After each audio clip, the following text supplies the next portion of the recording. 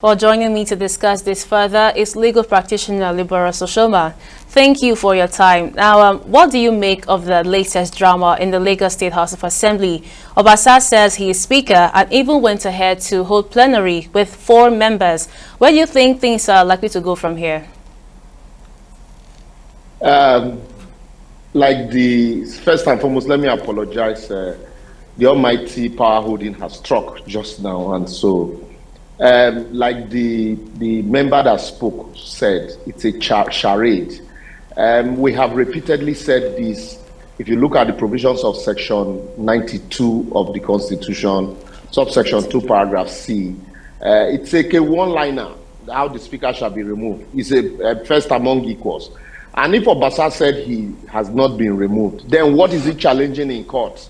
If he's challenging his removal in court, and at the same time resorting to self-help, you want to ask yourself, the president, Bola Ahmed Tinubu, became popular by virtue of the fact that he was one of those who defended and they fought for democracy. Is this the kind of democracy that he wants to entrench? Because you cannot rule out what is happening today in the Lagos State House of Assembly. You cannot rule out the president's hand in all of this. And I'm saying it, with all sense of modesty, because looking at the barrage of policemen that's, escorted Obasa to the house, it definitely shows that, the CNC has given a nod. And this is not democracy. A democracy is, a practice that is held by the Constitution, sustained by the Constitution. Imagine where everybody now decides to resort to self-help. Imagine a situation where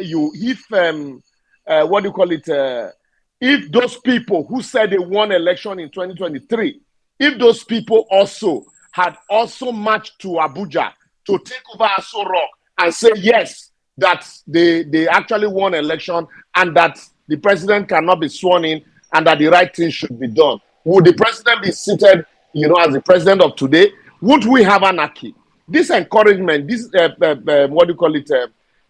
embers that they are fanning with Obasa, if care is not taken, might be the spark that would destroy democracy, in this republic. Because Lagos had been the state that others point to in terms of stability, in terms of innovation, and in terms of a lot of democratic tenets. But what you see displayed since the removal of Obasa is a clear indication that our leaders do not understand what democracy is about. Because quickly, because of time, you ask yourself, Obasa is talking about removal, impeachment. It's a matter of nomenclature. And he approached the court. He asked for accelerated hearing. Haven't asked for accelerated hearing. The best thing would be to wait for the court to decide and determine whether you were validly removed or otherwise.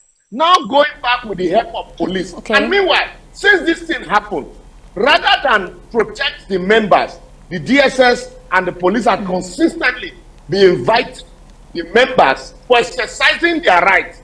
Obasa had never been invited one day. Rather, he's the one that the police are protected. The police is protecting. And so you begin to ask yourself, so is this democracy?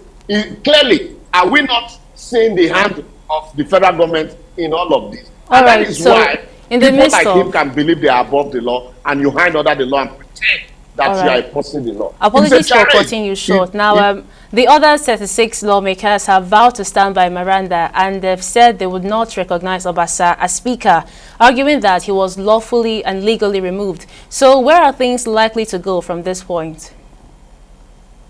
I pray and I just hope that they are allowed to, their wish is allowed to stand.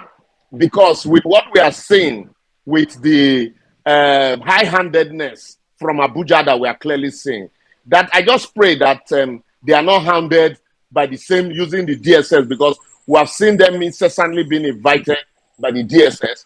I just pray that they are allowed to consistently exercise their right to stand on their own, rather than harassing them to koto, and fall in line with the destruction of democracy that we are seeing be displayed in Lagos. How do you, in a democratic setting, in a house of 40 lawmakers, a man is holding plenary with 4 members and is claiming he is speaker? Is that not laughable? So, and let us also relate it to the national government. If you imagine after the general election, Peter Obi and Atiku had insisted that they will not go to court, they must occupy Aso Rock. Would we be here? That is basically what we are seeing today. That is the display that we are seeing. And so the wish of the majority as enshrined in democratic practice and tenet has prevailed. And I pray and I wish and I hope that the government of the day, the police and the DSS would allow it to prevail and let the House of Assembly in Lagos State do what they are elected to do and not impose an Obasa on them. All right, legal practitioners, my apologies for cutting you short, but that's much you can take. Thank you for your input, as always.